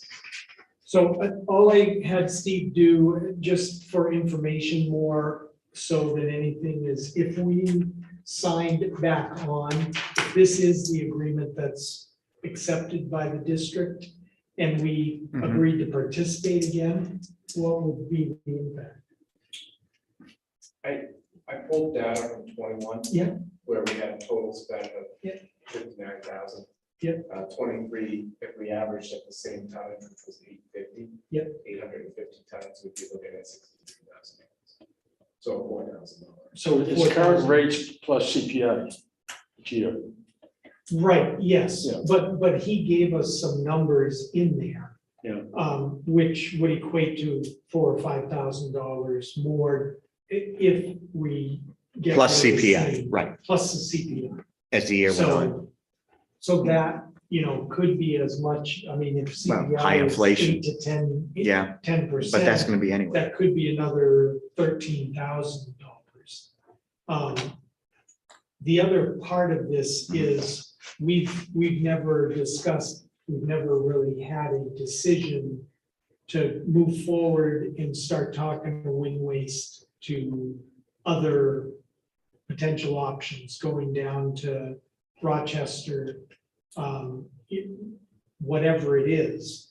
Are we going to actively pursue other options? Are we going to ask them to come in, give us a proposal? And how, how do you want us to structure that? 'Cause When do we have to let Penny Baker Solid Waste District know about our decision? we have to sign on by November So to we should be, participate for the next, I'm pretty sure November is the time of year. so we should be, No. we should be looking at these other people now that Yeah. decide. Yeah. But the right? one that keeps on coming up is it Wind Waste Wind now? waste. We used to be Wheel Liberator, Yes. I think, Wind Waste down in Concord. Yeah. I'm quite happy for Is there any reason? town why we manager shouldn't? to have that discussion. No, I. Would you encourage us to do that? Yeah, Yeah. it's the trash to would. energy option that's right there off of 93. We should I see think what we it should is At least ask them. Yeah. and see if they're interested first And in we've- our small we've little notified the operation. District that we're looking, we're not necessarily gonna automatically sign on, because that contract that's in the packet only goes till they close in 26. Anyway, Mhm. So it's the I last, thought it said 4 years and then a 5-year option after that. well, they can put that in, but their permit runs out. in yeah, and there's a 26. big legislative battle over that. And yes, I think they're putting that in, being optimistic that They're gonna win. either get Dalton approved or they're gonna get another expansion at Bethlehem. But they're not winning any of those battles right now. at The state other level. thing is that our size is actually a good thing when it comes to wind waste. because they don't have room to take on really big, A good point, yeah. really So good. we want to big get there ones. sooner They- rather than later. Yes, yeah. Yeah, I mean, I'd at least look at it. sure.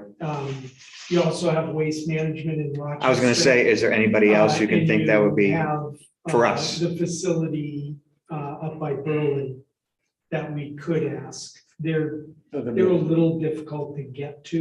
Yeah, right, even Rochester's a lot further than, Well, Rochester's a lot further, but it's highway trucking. Yeah. You know, and potentially we could, you know, but if we get ridiculous numbers from any of these, you know, we may be, are we gonna just sign back onto this for another 3 years and? It's the fail safe for me, as I see it right now. I mean, you know, if nothing else works out in November, it kicks the bucket down the road. Because the other part to this, a couple of member communities in Penley Baker have their own agreement with Casella. Oh, really? So we could potentially look at a shorter period of time, 2 years instead, Okay, something like so that. maybe change this somewhat. You know, and maybe bring Casella in and say, can we use these numbers, but have a term of a couple of years? And But- just be outside, have our own individual. Well, I think you and Jim are best positioned to determine what other operations it'd be worthwhile to check out, and then let us know if anything there looks good. And then by November, we have a decision going forward. Are you guys okay with that? Right. Okay. Very good. I think that's it. That's it. So shall we go into non-public session? Would someone like to make a motion? So moved. Do I have a second? second, All in favor? Aye. Aye. right.